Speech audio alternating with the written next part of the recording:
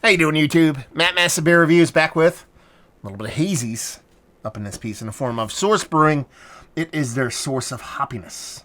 Yeah, this is a farmhouse based brewery in New Jersey. One of the, I think it's a second farmhouse brewery in New Jersey. They classify this as a hazy, juicy, tropical, double dry hopped India Pale Ale coming at 6.5%. Burps. That be that. This is exactly 2 days old. I went to mother-in-law wanted to buy a car. She went out close to this. I didn't actually go to the brewery. I actually went to a local bottle shop and I was just there. So I was like, okay, that kind of works. I've been to Source before. I've had a few of their beers. I believe I reviewed one or two. I've liked what I had. Nothing really blew me away, and their pricing was just kind of that thing for me. Just kind of a little bit too much. I understand the whole, expense being a farmhouse brewery, but especially being a farmhouse brewery in New Jersey, let alone a farmhouse brewery that shares the same land as Trump, a golf course. I assume their rent is out of control, so they have to charge a little bit more. But I think when I went there, I got a 4-beer flight, and I think it was like... I want to say it was like $20, give or take, for 4 beers on the flight. It is what it is. But we're talking about how good the beer is first, so we'll see what's up. That, I'm not going to lie to you. That shit looks pretty as fuck. Look at that. It's got this rich orange glow to it. Looks more like a kind of grapefruit juice, kind of peach juice kind of blend with this ultra-tight compact head to it. Not a big one, but it's got this ultra-tight compact. It looks more like a lactose-laden beer than anything else. Label-wise, it's geometric pattern. They know what they're doing as far as branding goes. It looks good. Let's put it that way. Anyway, so yeah, that is a pretty beer, especially when it comes to these kind of hazies. So we're off to a good start. Let's get a nose. I mean, that smells pretty damn good, to be perfectly honest with you. It has this rich kind of fruit component to it that comes off uber fresh, uber vibrant, both juicy and pithy at the same time. So there's a bitterness to that, fruitiness, orange leaning, pineapple leaning, a lot of yellow fruit kind of leaning. When you start to dip in even the stone fruits or even kind of tropical fruits, yellow fruit leaning, you know what I mean? Like a mango, yellow, red, kind of honeydew, kind of nectarine, kind of tangerine across the board with a decent dollop of pineapple. It really is across the board as far as all that goes. Very vibrant. And there's this nice powdery graininess. Almost like, if you've ever smelt like hot pellets before or smelt nugget weed before, it's not that. It's the keef from that. So think about keef, like hot pellet keef or weed keef. It's got this softness, this powderiness to it, this kind of lightness to it that it's not necessarily as aggressive or sharp. It has a little bit of softness to it. Well, those noses when it comes to those things, hot pellets and weed are quite aggressive. There's some kind of rounded edge to it that makes it a little bit more kind of welcoming. Yeah, that's it. What more do you need? I mean, there is a nice sweetness to it, not over the top. There is a nice bitterness, so it smells the part of something absolutely delicious. If this sucks, I'm going to be very, very surprised. Let's dive in. Cheers.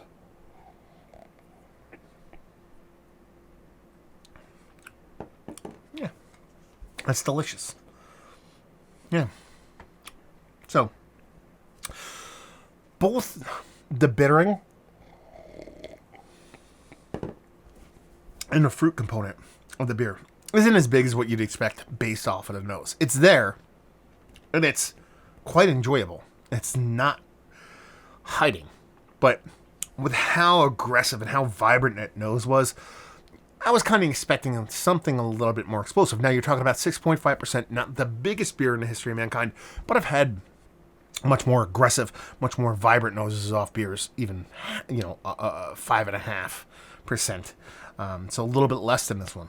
But it's nice. I'm not knocking it. I'm just saying, based off of the nose, it comes off a little bit less. There's this super bonkers awesome mouthfeel to it. I mean, it is either heavily weeded, heavily oated, or both. I'm leaning... Take one more sip.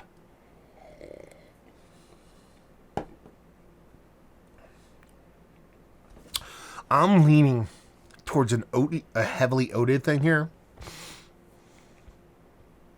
It could be both. The only reason is I'm getting wheat vibes off of it, but there's this cool kind of like honey bunches of oats kind of vibe to it. It's got this cereal oak graininess to it that I really, really enjoy. It's actually like a grain characteristic that I think elevates the beer. A lot of people kind of poop when it comes to kind of an elevated malt level in a lot of these new school kind of hazies.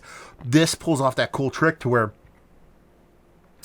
it's still a soft and delicate and what's the word? Fluffy, buoyant kind of beer, but it's expressing a malt characteristic that doesn't kind of poop on that. You know, a lot of times when you start getting maltiness in beer, it's going to be your two-row crystal malt, kind of Marisada, those kind of things that tend to come off a little bit heavier.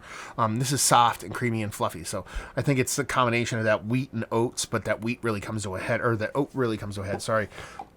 It makes it kind of an extra component that I think really works for the beer. It's giving me gas, though. Let's put it that way. Man, that melon feels fantastic. And again, that green portion of the show is much the same as the fruit portion of the show. Not nearly as big. It's still there. It's that little tomato stock, a little weed pulling, a little grassiness coming in. It's really tasty. It's really tasty. Carbonation's on point. Soft mouthfeel. Give me what I want both in the fruit and kind of green portion of the show without getting heavy-handed. This is honestly, if you gave this to me at sub 5.5%, I'd be like, this is one of the better low ABV kind of session hazies I've ever had. That's kind of where that ABV thing comes into play, and I think it does matter because I've had beers with this kind of level of softness and deliciousness at that 5% price point, or ABV point, mind you. And I'm not going to sit here and say I'm going to poop on a beer for it. I think it's delicious. I'm totally okay with purchasing it at the price I purchased it at. I'm glad I bought it. Just want a little bit lower ABV. I know. Most of you probably want the opposite. Most of you would be like, I wish this was 10%. Well, I'm that guy.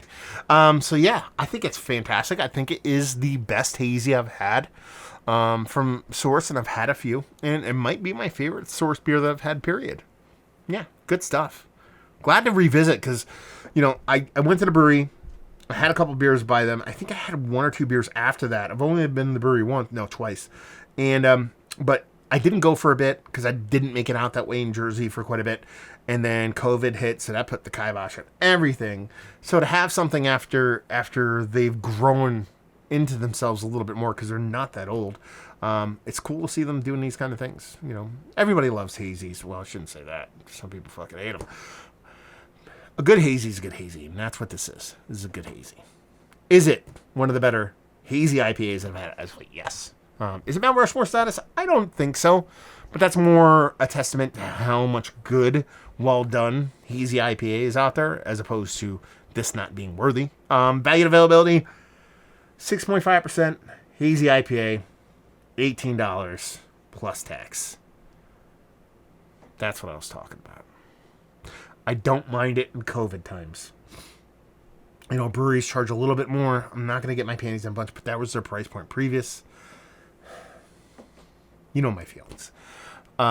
Everything is pretty much not brewery only at this point in New Jersey, and leave you with, if you like what, will you like this? If you like New School Haze, I mean, that's what this is. This is New School Haze.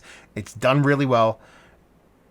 And I think people who don't generally like hazy IPAs would really find this beer enjoyable. Let's put it that way. So it's not so much that it's just ticking the boxes of what the Haze Boys and Hop Thoughts enjoy. I think it's just a really well-made beer. It just happens to be a little hazy IPA. So there you go. Another review in the books. Hopefully you guys enjoyed it. Down there if you want to talk about it. Massive Beers if you want to check me out doing the social media stuff. Beer Massive. You want to check me out doing the whole podcasting thing. And hopefully you guys enjoyed the review. Hopefully you're enjoying a little bit of Source Haze right now. Hope to see you next time. Cheers.